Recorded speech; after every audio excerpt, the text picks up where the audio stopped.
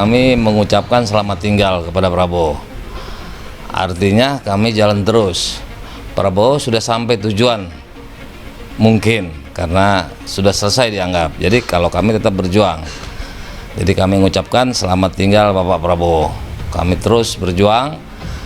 Dan yang kedua, kami menunggu perintah daripada apapun. Kami menunggu apa yang diperintahkan oleh Imam Besar Habib Rizik Syihab yang ada di Kota Mekah sekarang ini. Sehingga kami terus berjuang. Di luar pada konsep itu kami tidak ada urusan dengan Prabowo. Kami mendukung Prabowo juga karena Ijtima Ulama 1 dan 2. Sehingga tahun 2024 itu kita akan memperkirakan tahun-tahun yang berat. Ya. Sehingga ada beberapa catatan. Pertama, ketika beliau mengatakan jatuh bangun bersama rakyat, kemudian meninggalkan rakyat yang ketika Pilpres kemarin luar biasa berkorban segalanya untuk Pak Prabowo di luar daerah itu, sambutannya luar biasa, pengorbanannya luar biasa, sehingga ketika Pak Prabowo bergabung dengan pemerintah, kekecewaan itu begitu mereka rasakan. Yang kedua, faktor usia juga dipertimbangkan dong. 2024 Pak Prabowo nanti usianya berapa, sedangkan bangsa butuh seseorang pemimpin yang energik, yang masih muda, yang betul-betul full untuk bangsa dan negara. Bagi kami PA 212, urusan dukungan terhadap Pak Prabowo dan Mas Sandiaga Uno adalah karena adanya hasil Istimewa Ulama 1 dan 2 untuk Capres dan Cawapres 2019. Nah, urusan Capres dan Cawapres, urusan Pilpres 2019 kan sudah selesai, sudah finish. Maka urusan kami dengan Pak Prabowo, dukungan kami terhadap Pak Prabowo ya sudah selesai, karena memang sudah selesai Pilpresnya. Dan ke depan saya pikir, jika Pak Prabowo seorang negarawan dan memiliki etika politik, pasti tidak akan menutup pintu untuk generasi muda memimpin bangsa ini. Saya yakin beliau akan membuka ruang yang lebar untuk generasi muda, anak-anak bangsa yang masih muda untuk memimpin negeri ini. Karena kami yakin bahwa banyak betul generasi muda yang punya potensi, punya keahlian, punya jiwa kepemimpinan untuk memimpin bangsa dan negara ini. Dan insya Allah 2024 tahunnya generasi muda untuk memimpin bangsa dan negeri ini. Jadi gini, tidak bisa dipungkiri juga apa yang didapatkan oleh Gerindra saat ini itu juga sedikit banyaknya ada pengaruh dari gerakan 212. Itu nggak boleh dipertimbangkan, nggak boleh dilupakan maksud saya. Maksudnya? Iya, sedikit atau banyak lah yang sekarang Gerindra rasakan itu kan tidak bisa lepas dari pengaruh gerakan 212 di ajang Pilpres kemarin. Artinya untuk 2024 kalau seorang negarawan akan mempertimbangkan itu, bahwa kan Pak Prabowo sekarang sudah meninggalkan kita semua dengan bergabung dengan pemerintah. Nah kemudian ini kan ekonomi juga udah carut-marut luar biasa, ya kan. Kemudian intervensi asing dan asing juga udah luar biasa. TKA yang masuk udah nggak terbendung. Ini negara itu sudah luar biasa lah. Oleh karenanya 2024 itu butuh sosok yang memang betul-betul energik, dan saya yakin Gerindra akan mempertimbangkan itu. FPI tak mau lagi dukung Prabowo di Pilpres 2024. Anies penuhi 3 dari 5 kriteria.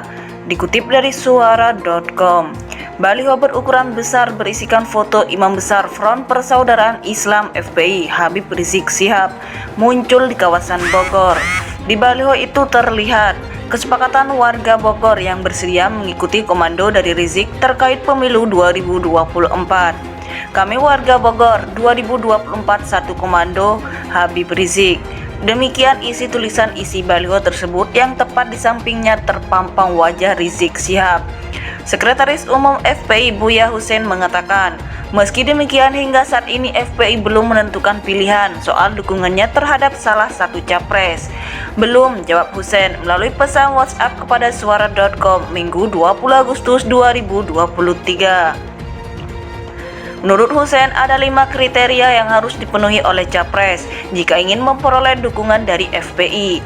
5 kriteria itu diantaranya beriman, bertakwa, dan akhlaknya baik, serta sudah terbukti, kemudian sudah teruji kepemimpinannya, jujur, amanat, tabligh, dan cerdas. Capres yang bakal menerima dukungan dari FPI juga harus didukung oleh partai yang baik. Cawapresnya juga baik dan disepakati oleh kesepakatan dari Ijtima Ulama, kata Hussein.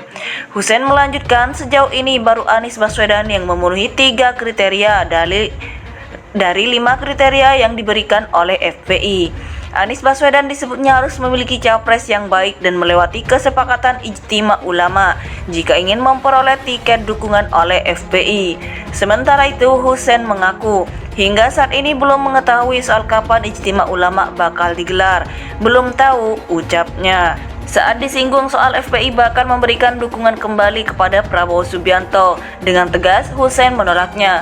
Enggak, tegas dia. Hal itu lantaran Prabowo Subianto tidak memenuhi 5 kriteria yang diberikan oleh FPI. Saat disinggung lebih jauh soal kekecewaan FPI lantaran Prabowo masuk dalam kabinet Presiden Joko Widodo, Hussein menampiknya. Ia mengaku jika dirinya tidak kecewa dengan pilihan Prabowo saat itu. Dukungan terhadap Prabowo lantaran saat itu Prabowo menyepakati 16 poin yang diajukan hasil dari Ijtima Ulama. Kita tahu track record PS Prabowo Subianto itu sebenarnya tidak memenuhi kriteria calon pemimpin yang baik, kata Hussein. Tapi kita umat Islam punya kaidah, pilih pemimpin yang terbaik dari yang terburuk jika memang tidak ada calon yang memenuhi kriteria, tandas Hussein. Baliho berukuran besar berisikan foto Imam Besar Front Persaudaraan Islam FPI Habib Rizik Syihab muncul di kawasan Bogor. Di baliho itu terlihat kesepakatan warga Bogor yang bersedia mengikuti komando dari Rizik terkait pemilu 2024. Kami warga Bogor 2024 satu komando Habib Rizik. Demikian isi tulisan isi baliho tersebut yang tepat di sampingnya terpampang wajah Rizik Syihab. Sekretaris Umum FPI Buya Hussein mengatakan, meski demikian hingga saat ini FPI belum menentukan pilihan soal dukungannya terhadap salah satu capres. Belum, jawab Hussein melalui pesan WhatsApp kepada suara.com Minggu 20 Agustus 2023. Menurut Hussein, ada 5 kriteria yang harus dipenuhi oleh capres jika ingin memperoleh dukungan dari FPI. 5 kriteria itu diantaranya beriman, bertakwa, dan akhlaknya baik, serta sudah terbukti, kemudian sudah teruji kepemimpinannya, jujur, amanat, tabligh, dan cerdas. Capres yang bakal menerima dukungan dari FPI juga harus didukung oleh partai yang baik. Cawapresnya juga baik dan disepakati oleh kesepakatan dari Ijtima Ulama, kata Hussein.